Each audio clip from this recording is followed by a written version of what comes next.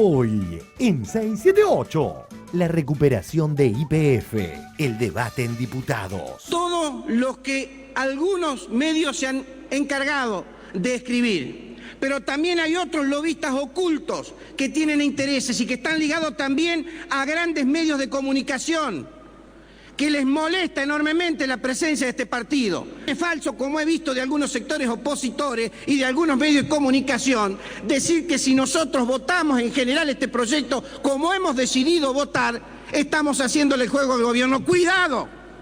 Respetémonos en nuestras convicciones. El severo reto de los medios dominantes a la oposición política. El tema de la, a mi juicio, curiosa posición del radicalismo en el tema YPF, digamos, llena de objeciones, pero que votan igual. Antes de eso, dame tu impresión respecto de del rumbo de la Argentina.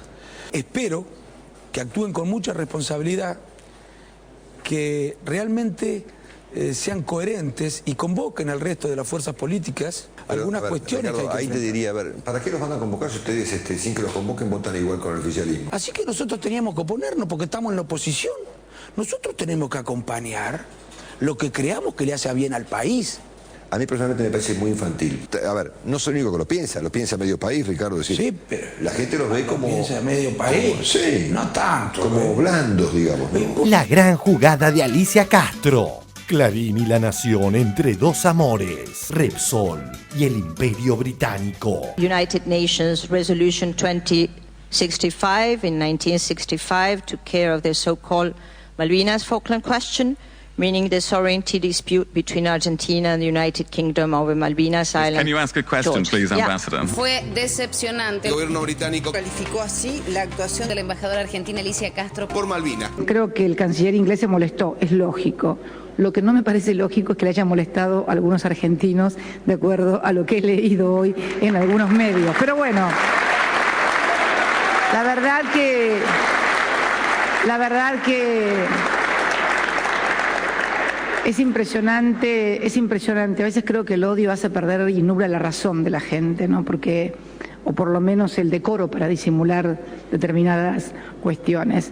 Pero la verdad que el derecho a hablar, sobre todo cuando uno lo invitan a un lugar y le dicen que puede preguntar, me parece que no puede ser invalidado y mucho menos criticado, y más aún cuando la pregunta está dirigida precisamente a que se respete el derecho internacional. La pelea por el trono del odio. Di Marco ahora se despega de Walger. Revista española XL semanal por Silvina Walger y Laura Di Marco. Cristina y sus cachorros. Tiene mucha facilidad para desquiciarse. Si no estás bien medicado, sufres cambios bruscos de humor. Tiene ataques de ira. Les pega a las criadas. Diario La Nación. Sobre Cristina y sus cachorros y el exabrupto de XL semanal. Ignoro si hablaron con mi colega y de qué hablaron. Pero algo es seguro. En la entrevista conmigo no se habló jamás del esperpento que luego decidieron publicar sin siquiera consultarme. Por una gota de tu voz, en el desierto de mi corazón, por encontrarte una vez más, abro el cielo de par en par, para vivir, respirar y ser feliz, necesario es para mí empaparme de tu voz. Oraré cuando el día llegue al fin y en la luna me verás escribiendo esta canción. Otro día de gratificantes. Notis. 1. Cristiano se quiere matar. 34 minutos. Viene Messi. Ahí viene Leo. Iniesta, corre Messi. Gol.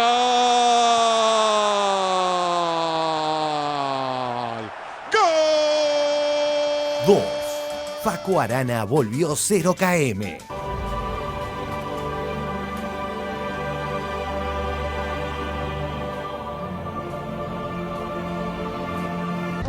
Queremos saber cómo estás de salud. Bien, me voy al médico. ¿Estás bien? ¿El avión? ¿Cómo fue el viaje? ¿Te pusiste en un avión común? ¿Fue María a buscarte? Sí. ¿Y dónde está María ahora? ¿Dónde está? En el auto. Allá te estás esperando, te sentís bien, no puedes hablar Me mucho. voy al médico. ¿Te vas al médico? ¿Ya estás ansiosa por ver a los chicos? 3. Desempleo récord en la eurozona revaloriza nuestro rumbo. Aumenta el desempleo en Europa. El índice de personas sin trabajo en los países de la eurozona ascendió a casi el 11%. Italia llegó al 10% del desempleo. España sigue como el más afectado por la crisis, con el 24% de la población activa desocupada. Afina 678, tu 2x4 televisivo. Y empecé a empujar a las chicas que estábamos en la cola. Y luego la hermana se cae de traste como unos 7, 8... ¡No, fractura! 6, 7, 8... Escalones. Haciendo culopatín. Y se cae de traste. Contemplar de tus ojos en color, de tus labios la humedad, de tu luz el resplandor. Al pensar que estaré de frente a ti, apagando mi ansiedad, voy cantando esta canción que dice: por una gota de tu voz, en el desierto de mi corazón, por encontrarte una vez más, abro el cielo de par en par. Por una gota de tu voz, en el desierto de mi corazón, por encontrarte una vez más, abro el cielo de par en par. Por una gota de tu voz, en el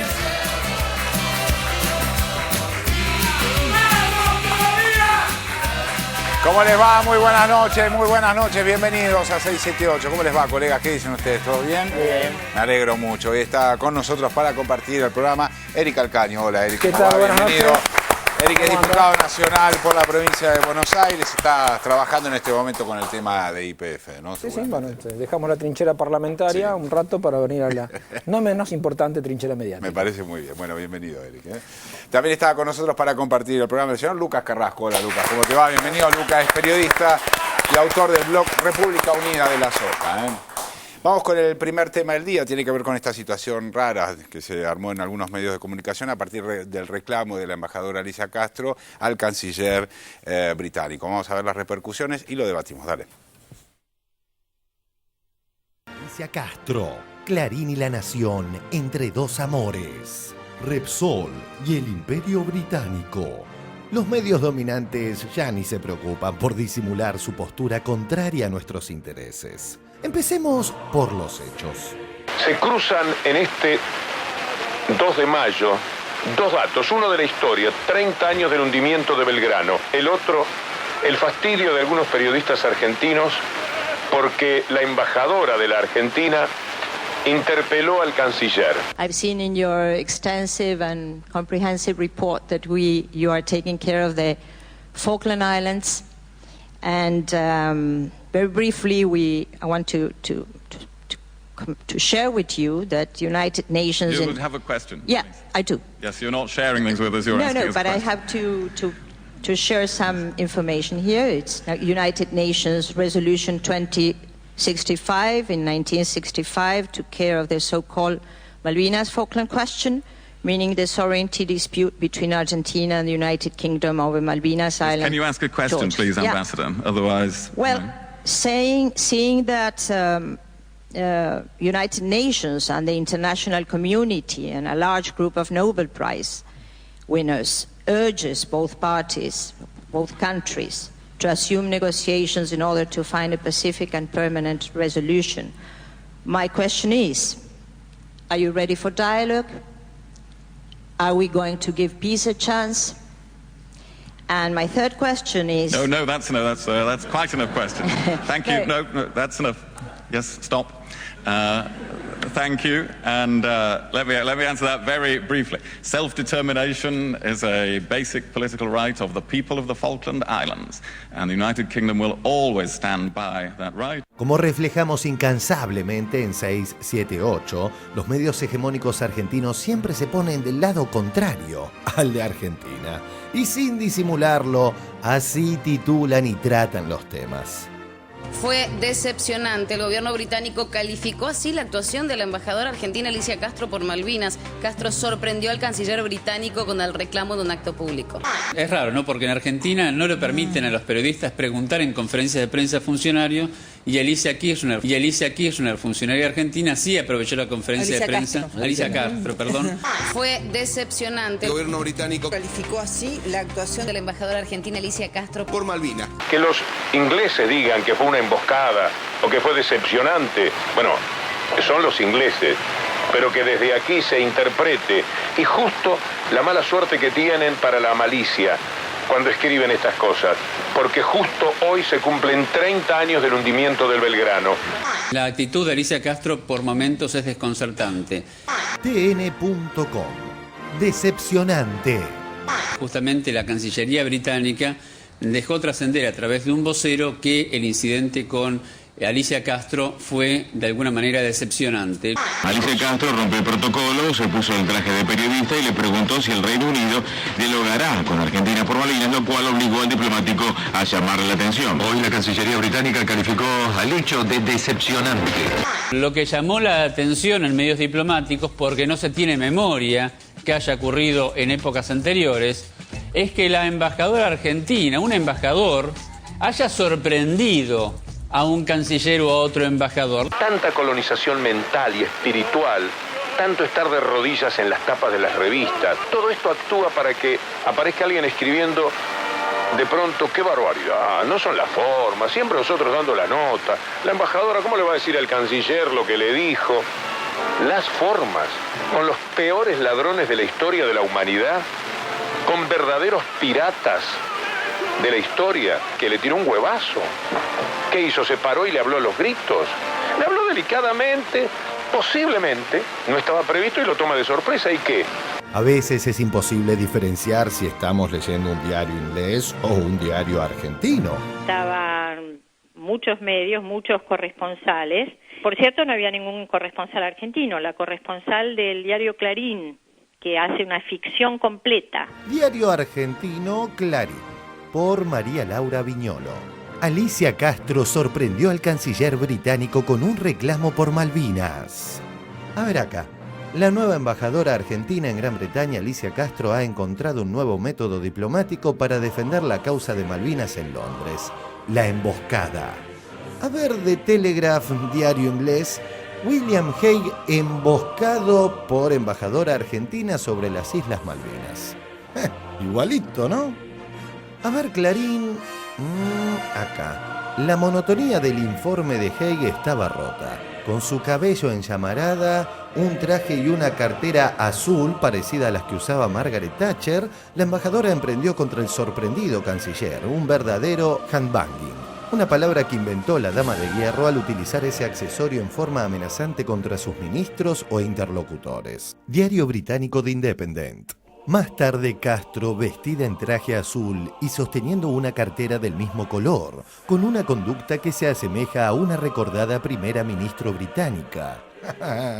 Traje y cartera azul, acá, y Margaret Thatcher y una primera ministra británica. Igualito. Se coloca del lado de los británicos. Yo después me puse a analizar hoy dónde estaba colocada María Laura Viñolo en la época del conflicto de Malvinas. Me acuerdo que María Laura Viñolo estaba trabajando en la revista Gente, que fue uno de los grandes soportes de la dictadura en el relato ficticio de la victoria. Hace una semana, cuando Clarín y La Nación defendían a rajatabla a Repsol, fue muy festejada la voz con tono españolizado de nuestro locutor Marquitos para leer los títulos de TN. Las hostilidades contra España. El ministro de Industria español advirtió al gobierno argentino sobre la situación de YPF. Advertencia de España por YPF. A 678 le encanta jugar en el límite y veremos qué sale hoy. It was disappointing. The British government qualified this way the Argentinian ambassador's Alicia Castro attitude due to Falklands. Castro surprised the British Chancellor with a claim in a public act.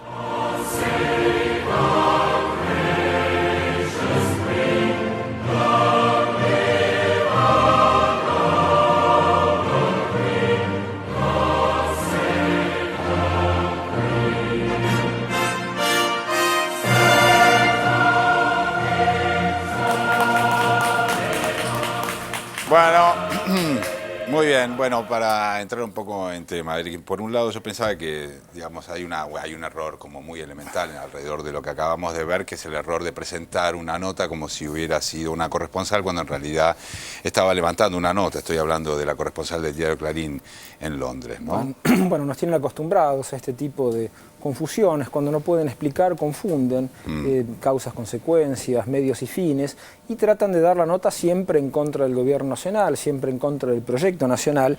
Y rescato la actitud de Alicia Castro, que es una amiga y una compañera, porque es eso la diplomacia, la continuación de la política interior en el marco de la política exterior, en otros contextos. Entonces, el canciller inglés tendría que estar preparado. Cuando uno hace política tiene que estar preparado a que puedan surgir preguntas de todos lados y de toda índoles y de contestarlas. Pero no es una cosa muy ajena al mundo diplomático que un canciller se presente ante los embajadores y que algún embajador le haga una crítica, una queja, le diga, mire, yo estoy con esto. Es que nosotros consideramos que nuestra actitud está justificada por la usurpación territorial.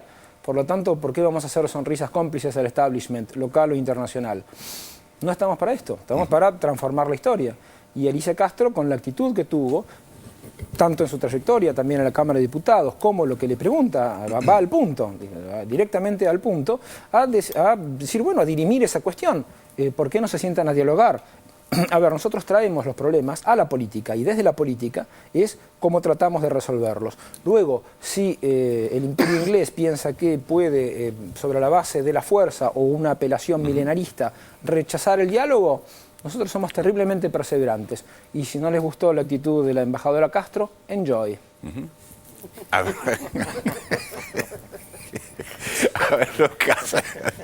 ver, Lucas, ¿qué opinas sobre el informe y sobre lo que pasó en realidad? Me parece bien, es una búsqueda creativa de instalar un tema que Inglaterra incluso le convenía en determinado momento instalar porque la Argentina estaba muy débil, pero ahora las condiciones políticas cambiaron, sobre todo a partir de lo de YPF, porque el problema es que, Alicia Castro escenifica ante Inglaterra el cambio de registro, incluso histórico diría, por parte del gobierno argentino de cómo reclamar ante Malvinas, porque la imagen que tienen los ingleses, una imagen bastante acertada, es de un grupo de locos que estaban al frente del ejército y fueron con un buque de guerra a las Islas Malvinas. Ahora van a tener la imagen de un diálogo, de la búsqueda de un diálogo, porque la verdad que la arrogancia del canciller queda descolocado. Y ahora la Argentina tiene otras condiciones que también hay que escenificar, porque la Argentina está en el candelero por haber expropiado YPF. No es lo mismo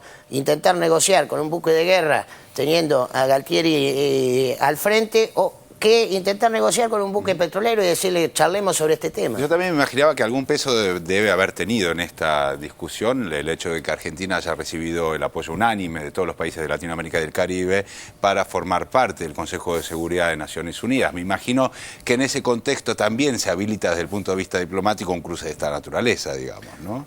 Bueno, uno trata de hacer avanzar sus posiciones. El embajador Jorge Argüello también en Estados Unidos hace valer las posiciones argentinas en un contexto internacional en el cual no existen, excluyendo Latinoamérica, nuestra patria grande, no existen ni amigos permanentes ni enemigos permanentes, sino el interés nacional permanente. Y si se indignan algunas almas sensibles acerca de las expresiones de nuestra embajadora, deberían recordar a aquel británico que escribió en sus memorias: y una tarde soleada creé el Estado de Jordania. Digo, tamaña cuestión, tamaña soberbia, tamaño desprecio por el derecho de los pueblos, nos exime de mayores comentarios. A ver, Nora. No, a mí me parece que creo que el argumento de Alicia Castro, haciendo hincapié en que hace en 1965, es decir, hace 47 años, las Naciones Unidas decidieron apoyar a la Argentina y pedir en el Comité de Descolonización de Naciones Unidas que Gran Bretaña se siente a negociar con la Argentina, está claro de dónde está la falta de respeto a las normas internacionales. Creo que, como bien dijeron mis antecesores, digamos, es evidente que los sorprendió. Digamos, que se quedó descolocado, que no esperaba una pregunta de esa naturaleza en ese ámbito. Se rió un poco, se rió, se incomodó, se rió nervioso diciendo, bueno, además dijo la tercera, no, bueno, te contesto dos y bueno, no me siga porque me seguís argumentando y yo tengo que refutar. Y apela al argumento que viene repitiendo Gran Bretaña y que en los últimos meses se ha hecho así como muletilla, que es el tema de la autodeterminación, la famosa autodeterminación de los isleños. Entonces me parece que pone sobre el escenario internacional algo que Gran Bretaña no quiere hablar. Es evidente que lo que ha sucedido en el último año y medio, me parece que con los 30 años de la Guerra de Malvinas ha quedado en evidencia, es digamos, este triunfo, entre comillas, de parte de la Argentina de obligar a la Gran Bretaña a hablar sobre el tema cuando no quería hablar y no hablaba, ¿no? Ahora, por un lado, eso, en cuanto a la cobertura, la verdad que un corresponsal refrite, como se dice en la jerga periodística, un medio del lugar donde está y ni siquiera vaya a esa reunión que se supone que era trascendente, porque además si se sabía que estaba invitada la embajadora argentina, teniendo en cuenta el contexto en el que se dan las relaciones, es evidente que puede surgir una noticia. Entonces anda al lugar. Por lo menos, no compré los diarios, no googlees, digamos. Sinceramente me parece muy poco serio todo. Es poco serio, es muy poco serio, porque tergiversa a partir de una cobertura, digamos, mediata. Es realmente muy cuestionable. Totalmente, porque digamos, se puede hacer una crítica sobre la actitud de Alicia Castro, sobre cómo da su discurso, digamos, su intervención. Me imagino yo que un diario tiene esa libertad. Lo que me imagino también es que esa libertad tiene que gozar de algún tipo de seriedad y de responsabilidad, entre otras cosas la de enunciar con claridad desde qué lugar se está escribiendo. No decir una corresponsal que no corresponsalea, digamos, es muy raro. Pero además no... La queremos terminar, está desde la casa, diciendo, bueno, yo fui ahí, es mentira. Pero además no solo, digamos, vos podés decir, bueno, refritar los datos, pero acá refrita hasta el relato, digamos, la descripción de esa comparación burda con Margaret Thatcher, con el trajecito y la cartera, bueno, lo puso el redactor del Independent. En el caso de Alicia se equivocaron bastante, bueno, por suerte para la Argentina. Claro, pero encima apelás a eso, poné algo por lo menos propio, me parece. A ver, Ricardo. Sí, a mí me parece notable el gesto, coincido con lo que decía Lucas, el gesto de Alicia Castro es notable porque le da visibilidad a un hecho que el país necesita que sea visible internacionalmente. Sin este gesto, entre comillas, descortés, hubiera pasado esa reunión sin ser una arena donde el Estado argentino hace valer sus derechos. Me parece que la eficacia diplomática del gesto en la época de los medios de comunicación es innegable. Y la otra cuestión que llama la atención es la irrelevancia de toda esa cadena que arma Clarín, TN, María Laura Viñolo. Además está esta cuestión ética periodística de relieve, pero más allá de eso, lo único que hace es contribuir a que esto se convierta en un hecho político, que es justamente lo que necesitamos. Así que trabajan sin querer para este mismo objetivo. Pero las preguntas del embajador no fueron descorteses. Por supuesto. Tampoco. Por eso dije, no hay descortesía, sino el canciller ni siquiera las contesta. Pero al contrario, me parece que es tomar el contexto institucional que hay y poner nuestra visión, que no es la que están acostumbrados. Pero si fuera Pero bueno, son un imperio decadente. Si fuera eso pasa con los imperios decadentes. Eric, igual estaría bien, porque lo que Argentina se compromete es a no emplear otros métodos que no sea lo de la paz y la diplomacia. Y la diplomacia no siempre es comer canapés y tomar una copa. O regalar un cosito de Winnie Pooh, digamos. Pero, claro. Hay que contextualizar lo de YPF, porque por YPF España participó de la invasión que no votó el Consejo de Seguridad de la ONU y que está pagando ahora como forma de crisis económica a Inglaterra, y que es el tema que sobrevuela y que no se quiere tocar. La recuperación por parte de Argentina de YPF establece una alianza de hecho que ya existía, pero la fortalece con Sudamérica y entonces permite que Sudamérica discuta de otro modo los recursos naturales en Malvinas. Hay que hablar de la descolonización, pero también de los recursos naturales, donde Inglaterra va a tener que sentarse a negociar. La Argentina, recuperar el Estado, recuperar cierta densidad nacional, a recuperar criterios democráticos para reclamar lo que es propio, está también posicionándose de otro modo. Lo que hace Alicia Castro es la imagen que se tiene de Argentina en Inglaterra, una imagen que todos los sectores progresistas, democráticos y de izquierda van viendo de manera positiva. La Junta con el reclamo de Malvinas. Yo quisiera poner el acento en dos cosas. Una, que ya lo hemos dicho hasta el cansancio, pero me parece que acá aparece nuevamente, que es esto de los modos y los consensos, ¿no? Cuando este tipo de sectores, me refiero a este tipo de sectores políticos y este tipo de medios, hablan de los malos modos o piden consenso, lo que piden es que la política básicamente se arrodille ante los intereses más poderosos. Eso es consenso. Cuando se logra eso, ahí es consenso. Y me parece que tiene que ver también con la molestia que provoca Alicia Castro, porque ella, en primer lugar, viene de ser embajadora en Venezuela. La han tildado en más de una oportunidad como embajadora chavista.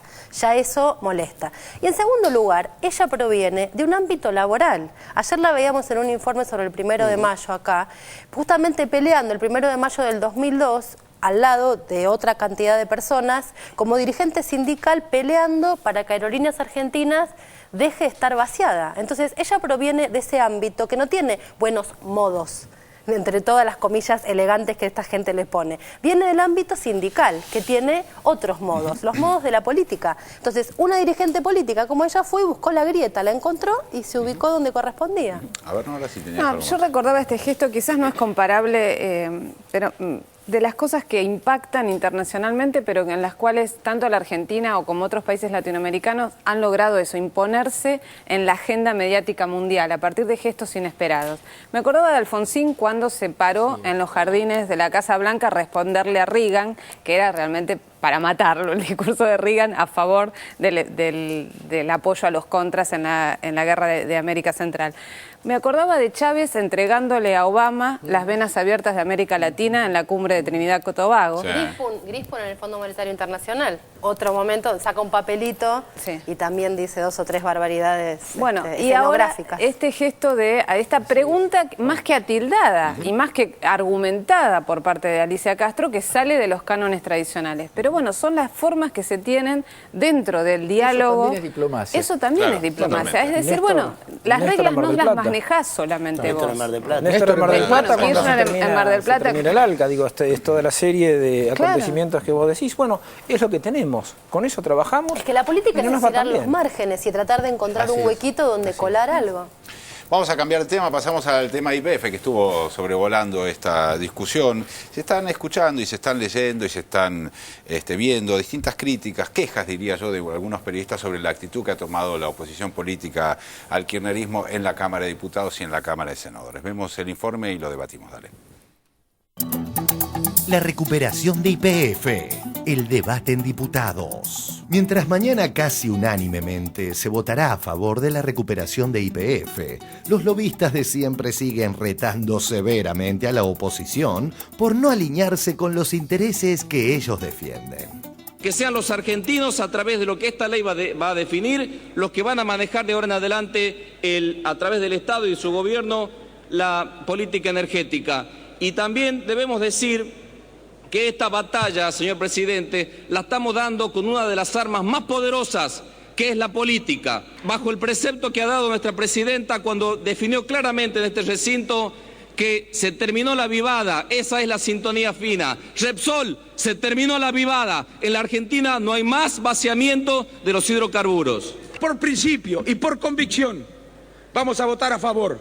Por principio, porque creemos que el Estado tiene como función principal defender el interés general. Y a partir de la trascendental decisión de la presidenta Cristina Fernández de Kirchner, esta empresa vuelve a ocupar las manos y la decisión de los argentinos y el corazón de los argentinos y vuelve a ser parte del crecimiento y el desarrollo económico de nuestro país. Sé que la juventud es la que menos tiene que ver y que cree en serio. Yo estoy hablando de los adultos que matan y llevan a los chicos al matadero. Ríanse ustedes, cuando sus nietos lloren, le vamos a preguntar al abuelo Kunkel, él sabe más. Es imposible escindir el retorno de la profética Carrió de aquellos vaticinios tan alejados de la realidad. Kirchner, es que cuando ustedes vean que él tenga un discurso misericordioso, ¿vieron? Es porque está mandando a aniquilar. Es porque está mandando a aniquilar. Esta es una técnica estalinista. Yo le quiero pedir algo a los autoconvocados del campo. No vengan a la capital. No vengan a la capital porque puede ser una emboscada.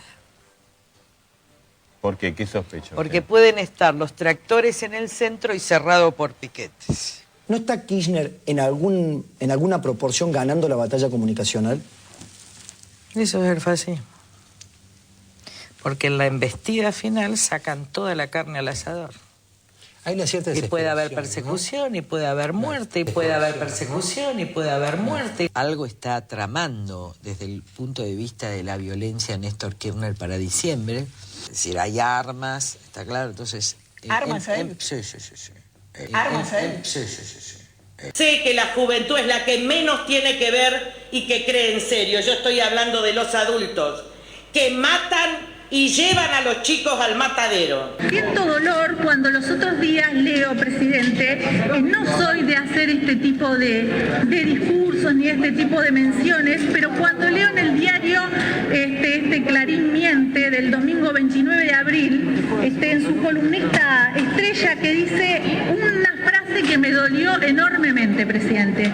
La presidenta denota siempre la obsesión de acomodar el pasado a sus necesidades presentes. Hace días que repite que la estatización de YPF era un viejo sueño de Kirchner. Dramatizó, incluso cuando dijo que colocará el proyecto de expropiación al lado de su féretro. El expresidente dice en letra negrita, nunca se exhibió como un gran entusiasta de devolver la petrolera al Estado. Al menos ese testimonio recogió siempre este periodista en sus diálogos con él. Yo quiero, presidente, yo no soy columnista estrella, apenas soy un diputado que intenta representar a los ciudadanos de Tierra del Fuego, pero sí tuve oportunidad de charlar muchas veces con Néstor Kirchner. Una de las primeras veces que a mí me habló de la recuperación de YPF fue cuando en el año 2005 me convocó para presidir la Comisión de Energía. Él sabía que yo como militante, como muchos de estos militantes jóvenes que hoy se encuentran aquí acompañándonos en el recinto, había militado en contra junto con un grupo de compañeros en la Universidad de Santa Fe, en la Universidad del Litoral, donde yo estudiaba, en contra de la privatización de YPF. Me dijo, ya vas a tener oportunidad de decirlo en el recinto. El discurso de la diputada Bertone da claro paso al archivo que 678 recordara la semana pasada y que tan poco interesante resulta a los medios dominantes. Estuve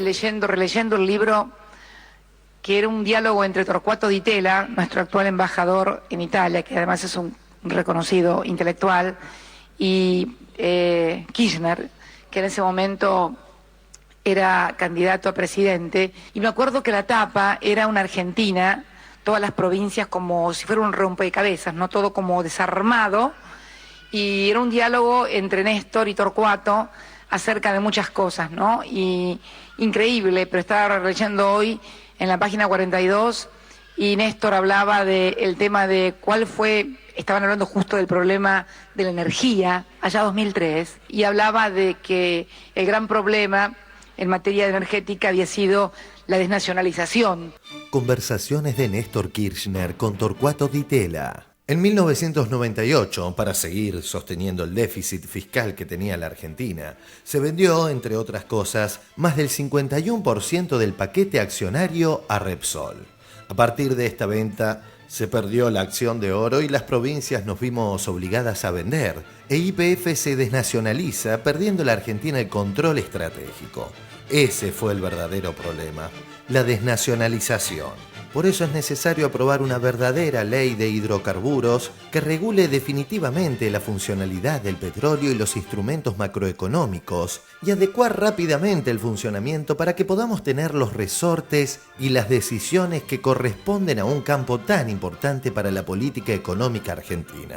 Mire, Torquato, hidrocarburos y minería son actividades demasiado importantes en el desarrollo estratégico de un país. 9 años pasaron. Y bueno, yo ayer escuchaba algunos preguntaban, ¿y por qué no lo hicieron antes? Y claro, Axel le contestó, creo, con muy buen criterio. Bueno, ¿y por qué fue el 25 de mayo de 1810 y no en 1809 o 1806? La historia no se construye como uno quiere, sino como uno puede ir construyéndola, porque tiene que ir construyéndola con los demás y con todos los obstáculos que algunos otros, muy poquitos, le van poniendo. Volvamos al debate de hoy. Todo lo que algunos medios se han encargado de escribir, pero también hay otros lobistas ocultos que tienen intereses y que están ligados también a grandes medios de comunicación, que les molesta enormemente la presencia de este partido. Diría que estamos viviendo el crepúsculo de los tibios. ¿Quiénes son los tibios en la oposición? Los que votan con el gobierno, cuando su rol, lo que se espera de ellos, es que se opongan. Por eso la maldición bíblica va para todos. Diario La Nación. Los opositores, entusiastas y dóciles, corrieron a ponerse del lado del proyecto oficial, sin importar el atropello que significa este robo. Nosotros tenemos que acompañar lo que creamos que le hace bien al país. A mí personalmente me parece muy infantil. A ver, no soy el único que lo piensa medio país, Ricardo. Decir, sí, pero la gente los ve como... piensa medio país, sí, no tanto. Como blandos, digamos. ¿No temen quedar entre cándidos y cómplices? ¿No les importa el modo, el cómo, la forma? Nosotros tenemos principalmente en la forma. ¿Por qué no votan en contra entonces? Absolutamente. ¿Por qué no votan en contra? Es falso, como he visto de algunos sectores opositores y de algunos medios de comunicación, decir que si nosotros votamos en general este proyecto como hemos decidido votar, estamos haciéndole el juego al gobierno. ¡Cuidado! Respetémonos en nuestras convicciones. La jornada de hoy mostró una inesperada interna en el FAP. Una siempre circense Victoria Donda repartió un cartel en el que se quejaba de la privatización, es decir, que se diferenció claramente de su candidata a vice Norma Morandini, que lejos de condenar a Repsol, votó en contra de la recuperación. ¿Qué fue lo que repartiste? Unos cartelitos a mis compañeros de Interbloque del FAP. Ajá, ¿y qué decían qué cosa? Que decían, nosotros no la privatizamos, no la vaciamos, IPF Argentina. Me voy a abstener, voy a pedir permiso para abstenerme. No puedo validar con mi voto la forma como se viene a tratar este proyecto. Vamos a apoyar en general el proyecto. Me voy a abstener, voy a pedir permiso para abstenerme. Vamos a apoyar en general el proyecto. Muchos le reclaman al kirchnerismo que haga una autocrítica por lo que tiene que ver con políticas públicas, como por ejemplo la del petróleo, donde se apoyó desde algunos dirigentes que hoy están en el kirchnerismo la privatización del YPF. Por la reforma de 1994, la propiedad de los yacimientos se transfirió precisamente a las provincias. He estado casado 12 años con un gobernador y sé lo que significa administrar todos los días las urgencias, las necesidades, y muchas veces se adoptan decisiones, y no porque los gobernadores no quieran defender los intereses de sus provincias, sino que muchas veces se encuentran acuciados por necesidades muy importantes que tienen que cubrir, como la educación, la salud, obras importantes, que les quitan y les restan poder de negociación. ¿Qué mejor autocrítica que los hechos, ¿no? Es decir, me parece que esto... Eso. Claro, revertirlo. Pregunta: cuando Donda fue candidata y elegida por el Frente para la Victoria, ¿no estaba al tanto de lo que hoy, con el fin de montar un show, denuncia?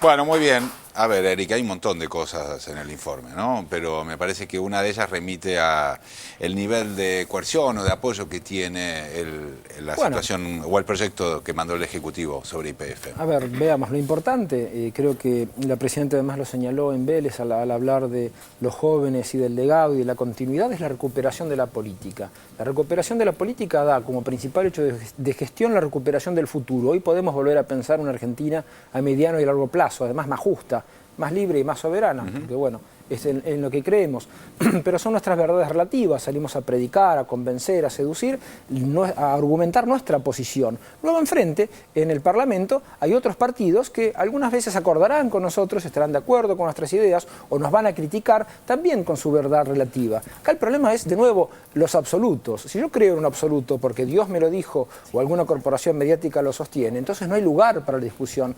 Los radicales que hemos escuchado van a apoyar en general, pero quizás no acompañen en particular determinadas cuestiones. Pero, y está bien que así sea, no son blandos o duros, son distintos, como nosotros somos distintos a ellos, y esa convivencia que tenemos en el Parlamento es un lugar que la Presidenta ha elegido para que se den las discusiones políticas. Por lo tanto, ningunear, como vimos que se ninguneaba a varios referentes radicales, es ningunear la política. Y eso, uno puede burlarse eternamente de la política y de los políticos. Somos un tema infinito para los humoristas, pero ¿saben qué? La política siempre termina por vengarse.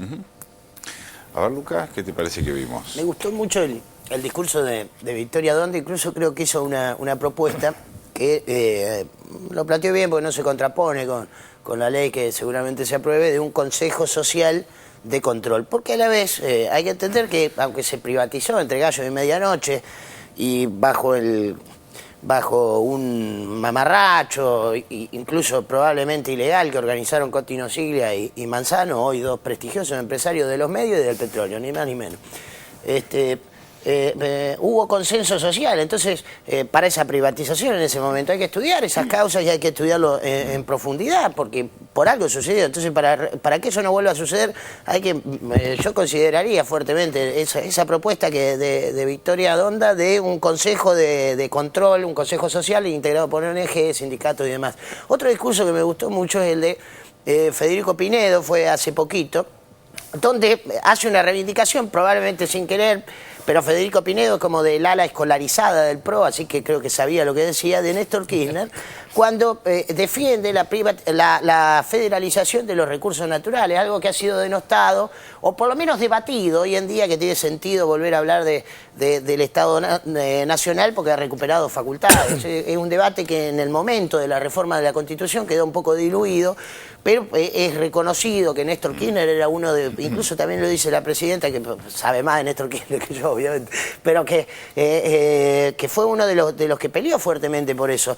Y hoy Pinedo lo reconoce en la Cámara, digo, más allá de que vote en contra, por suerte pertenece a una minoría.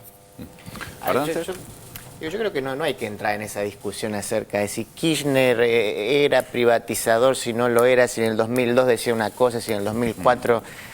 Y si la pregunta es, ¿la medida de recuperar este 51% y poner en manos del Estado a YPF es correcta o no es correcta? ¿No? Porque aparte incluso, vamos a suponer que Kirchner hubiera sido siempre un ferviente privatizador, vamos a suponerlo, y que de repente quizás cambió, quizás a través del diálogo, a través del consenso, encontró buenas razones y cambió. ¿Qué razón habría para oponerse? Porque si no me acuerdo que... Digo, ¿te puedo cortar una cosa cortita? Lo que pasa es que lo que planteó Néstor Kirchner no era... Ante las cosas dadas de la privatización, de hecho, él desde Santa Cruz planteó una tercera posición que es, bueno, por lo menos que le quede algo a las provincias para que al Estado provincial le quede algo si el Estado Nacional no quiere nada. O sea, porque reducir el debate a dos dimensiones es también, la verdad que es injusto con lo que sucedió históricamente. No, yo puedo entender eso y como decís vos, Luca, bien, digamos, una cosa es ser gobernador, otra cosa es ser gobierno, otra cosa son los intereses de la gobernación, pero otra vez, vamos a suponer que Kirchner hubiese sido eso, el más ferviente privatista. Y, claro, si eso lo invalida o no. Claro, si la pregunta, pero esta medida es correcta, digamos, ¿no? Entonces, porque si no caemos en lo que decía Macri, creo que 1 o 2 días después, es decir, que lo que se busca es la coherencia. Es decir, bueno, si yo soy gobierno en 2015, yo voy a dejar las cosas como están, porque lo que importa es que haya una línea de continuidad. O sea, no importa si está bien lo que está, lo que importa es que siga lo que está. Hay una definición de la Presidenta en una parte de los tramos del discurso. Lo que está sucediendo es que si no se entiende lo que acaba de suceder. Lo que acaba de suceder es que las provincias recuperan una parte de las concesiones y el Estado Nacional otra parte. O sea, la reducción de ese debate impide comprender qué es lo que está sucediendo. Lo que quería decir era que había en relación a lo que decía recién Dante, había una cosa bien interesante de parte de la Presidenta cuando da una definición alrededor de la política y dice... No lo había escuchado yo nunca, por lo menos esto es de ahora, ¿no? Que dice que la política no es solamente lo que se quiere, es lo que se puede y también lo que te dejan hacer. O sea, en algún sentido, ese modo, que vos lo decías al principio también, Erika, ese modo de relación de la política es lo que le da sustentabilidad a cualquier tipo de decisión que se pueda tomar. Construyendo el resultado. Si no, San Martín, cuando se embarcó en 1812, le decían, ¿por qué no cruzaste los Andes? No, había que hacer el regimiento de honores a caballo, la gobernación en Cuyo, cruzar los Andes, llegar a Lima después de tantas tribulaciones y tantas cuestiones. Eso se llamó nuestra epopeya de la independencia. Bueno, mutatus mutandi, lo que nosotros empezamos el 25 de mayo del 2003 es el hilo de la soberanía nacional primero, con el desendeudamiento, con el chavo del Fondo Monetario, soberanía popular, 22% primero, 44% después, 54% ahora, soberanía monetaria con la reforma de la Carta Orgánica del Banco Central y soberanía hidrocarburífera. Bueno, nosotros no queremos un país para 20 millones de personas, queremos un país para 40 millones de ciudadanos y ciudadanas. Y el modo de llegar a eso es el Estado, porque no tenemos corporaciones, no tenemos grandes multinacionales, solo tenemos la legalidad y la legitimidad que sale de las urnas y no queremos otra. Entonces, sobre esa base nosotros vamos a ir construyendo. Hay un elemento muy chiquitito porque se presenta también como, a mí me parece que está, digamos, entiendo lo que vos planteas antes, pero también hay un elemento que se presenta ahora como una contradicción, que es lo que hizo Evo Morales en Bolivia. Estatizó una compañía eléctrica y al mismo tiempo fue en un acto, estuvo con el presidente de Repsol, porque Repsol va a invertir más. Entonces lo presenta como una contradicción. Y el tema es que lo que hay que entender, me parece en este caso, que lo que estamos discutiendo es quién conduce. Y en el caso de Bolivia, lo que Evo Morales decidió es que conduce el Estado, con Repsol, con Repsol. Claro. Sin en Repsol, sin Repsol. Acá es lo mismo. La presidenta fue clarísima. No estamos hablando de 100% del Estado, aunque algunos puede gustarnos de modo utópico y demás. Pero en términos de la realidad concreta, la discusión es quién conduce. Y lo que Kirchner planteaba en el 98 como un desastre era que el Estado estaba dejando de conducir. Por eso le hablaba de la acción de oro. Entonces el debate es no por quién se queda con la cantidad de las acciones, sino por quién conduce. Y ahí está la discusión que muchos quieren hacer plantear como cosa contradictoria. A ver, Eduardo. Sí, yo quería puntualizar muy brevemente una cosa. Se está produciendo un gran remesón, un gran sacudimiento en el sistema de partidos políticos argentinos. Estamos viviendo una época, un parteaguas, y creo que el discurso de Alfonsín de hoy debe ser saludado. No saludado porque yo comparta todas las cosas que dijo, obviamente dijo muchas cosas que no comparto.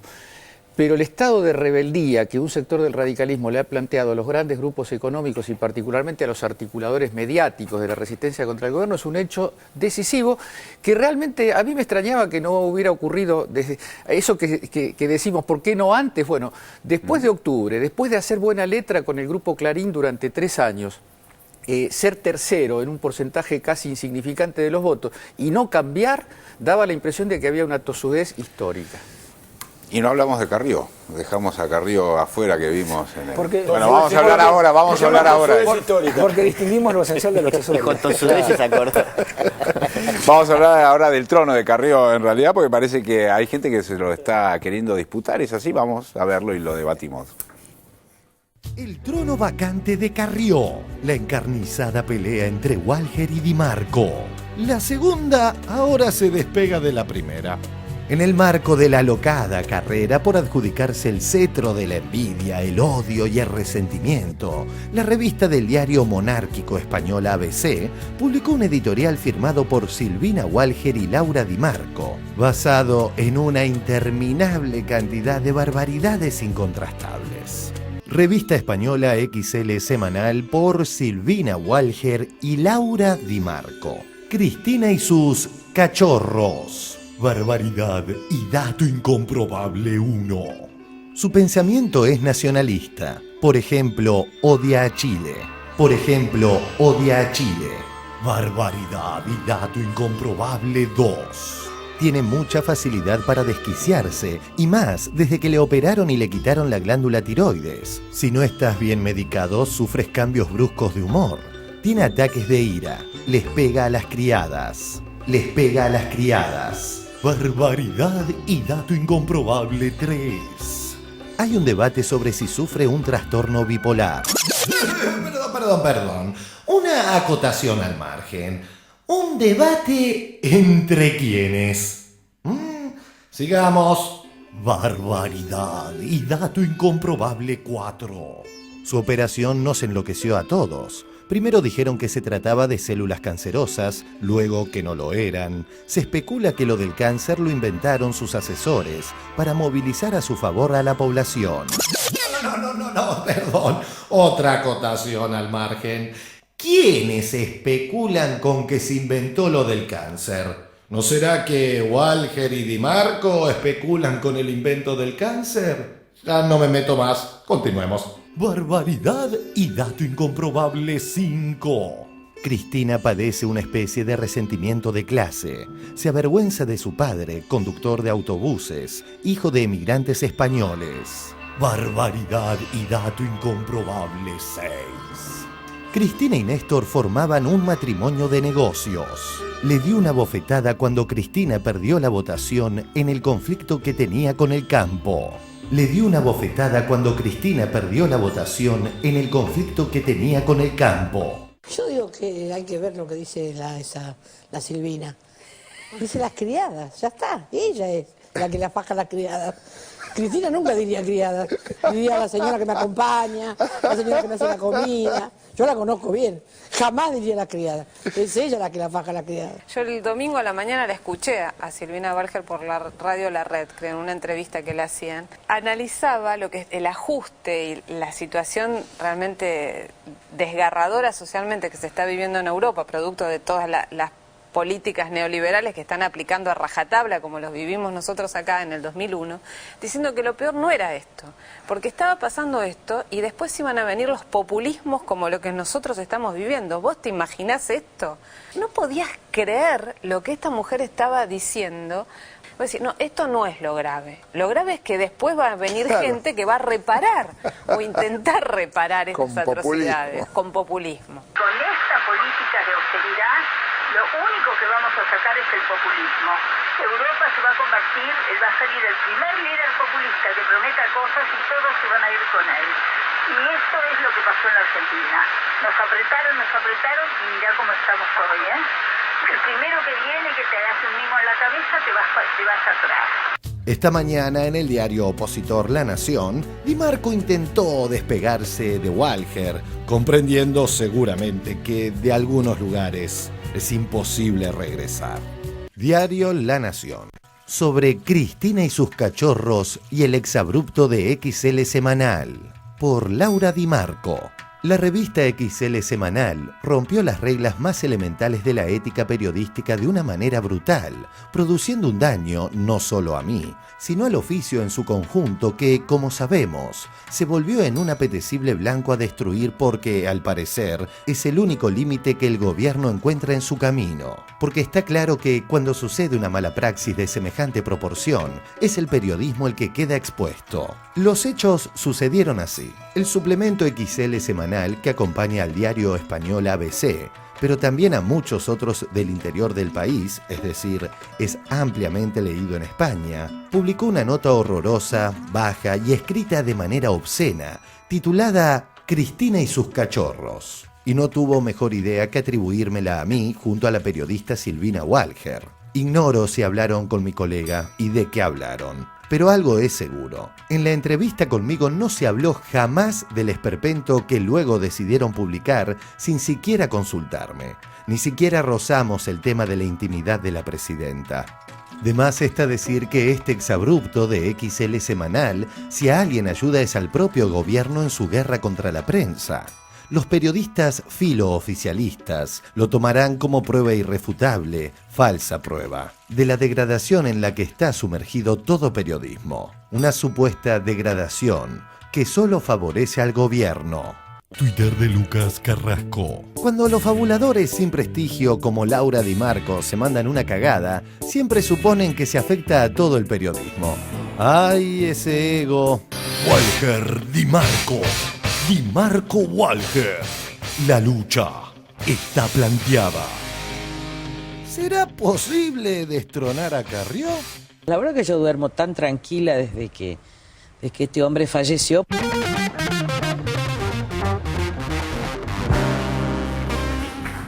Bueno, está claro, me parece, está bueno el Twitter tuyo ahí, Lucas. No, lo que pasó es que, ya me río, me causa gracia Laura Di Marco, pero ella dijo para un medio de Santa Cruz que yo la amenazaba porque, bueno, ya estoy, me la paso amenazando periodistas. No, pero lo que sucedió fue... ¿Con metralleta? Yo la estaba viendo... ¿Quién te gusta? Laura Di Marco, no. Silvina Cuando. Me vuelvo loco. Una degradación. Una degradación. Es rubia como la otra. No, esta vez, no. Esta vez, bueno, la vez pasada tampoco. Entonces, ya aparezco diciendo que le pego a la criada. Bueno. Yo la vi en un programa de televisión diciendo que el libro que recopila notas de Libre, el diario de Perfil que dejó de salir, el suplemento de calumnias e injurias que tenía Perfil, ella recopiló notas contra la Cámpora y la publicó. Y decía que ese libro estaba prohibido, que estaba censurado. Entonces yo me enojé y lo escaneé y lo subí online. Y ahí se puso como loca, porque ella quería vender el libro con el verso de la prohibición. Entonces, después dijo que la versión que yo subí... ¿Cuál libro estaba prohibido? ¿El de la Cámpora? Sí, está censurado. Yo no sé si la dictadura me deja mencionarlo, pero bueno. Entonces... Pero si en la Feria del Libro lo único que hay son carteles de ese libro. Bueno, pero son dictaduras vistosas. No, es una forma de... Es la censura vistosa, digamos, lo publicitamos mucho. Entonces, ¿qué pone la Cámpora? Solamente atravesás están que tienen fotos de ese libro. Bueno, hay dictadura y dictadura. Entonces, dijo que yo había subido una visión adulterada. O sea, y desde ahí le digo la fabuladora. Ahora, ¿qué es lo que sucedió? Ella habló junto con cuando dice ignoro si mi colega, pero por favor, que somos todos grandes, la llamaste, le preguntaste, te peleaste, entonces ahora decís ignoro si mi colega habló. Le han hecho un reportaje conjunto, publicaron el textual, violaron el off the record, o sea, ella lo dijo, pero no lo dijo, le habrá dicho no lo pongas con mi nombre. Le violaron el off the record y bueno, ahora es todo un ataque a todo el periodismo. Pero por favor, en realidad fuiste vos, nada más que te fuiste de Boca, qué sé yo, capaz estaba borracha, son cosas que pasan. Pero la verdad que, sí, bueno, yo también. Pero lo que quiero decir es que no metas todo el periodismo, qué sé yo. Pobre mujer, yo creo, habría que decirle, ya está, no hagas más nada, ya vendiste el libro, dedicate a otra cosa. Yo no soy un exégeta de la Walger. Yo veo más pluma de la Walger ahí, con el tema de las criadas y eso, pero igual, volviendo también a lo que decía Lucas, yo la escuché a Di Marco decir, por ejemplo, que Cristina los elegía lindos, a los de la Cámpora, y después algo peor, digamos, que cuando se mete con Iván Hein, diciendo que en realidad la Cámpora había empezado a hacer una especie de juicio sumario al estilo de los 70, que lo había presionado tanto que, eventualmente lo había llevado a la muerte. Eso lo dijo en varios programas, sin ponerse colorada, ¿no? O sea que, distanciarse de esa nota que hizo quizás efectivamente... Y hablando de violación del off the record, Laura de Marco se ocupó de violarle sistemáticamente el off the record a Iván Hein, quien por supuesto no se pudo defender jamás porque lo hizo después de que él murió. Sí, porque la nota que ella saca cuando estaba Iván Hein en vida no cuenta nada de lo que dice. Una vez muerto... Iván, que además era amigo mío, entonces eso me duele particularmente. Una vez muerto Iván, inventa toda esa serie de estupideces calumniadoras de un tipo que no se puede defender, porque...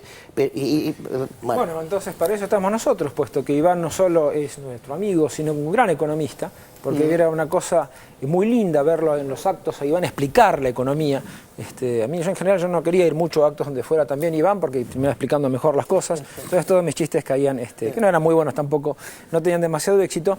Pero bueno, es ese tipo de cuadro que se busca, cuadro militante, de cuadro de conducción, que se busca atacar, orodar, esmerillar permanentemente. Y bueno, si Iván no está, estamos nosotros y están los 150.000, ¿cuántos éramos en Vélez? ¿120.000? Claro. Bueno, ¿cuántas criadas había ahí? ¿Cómo? ¿Había muchas criadas ahí?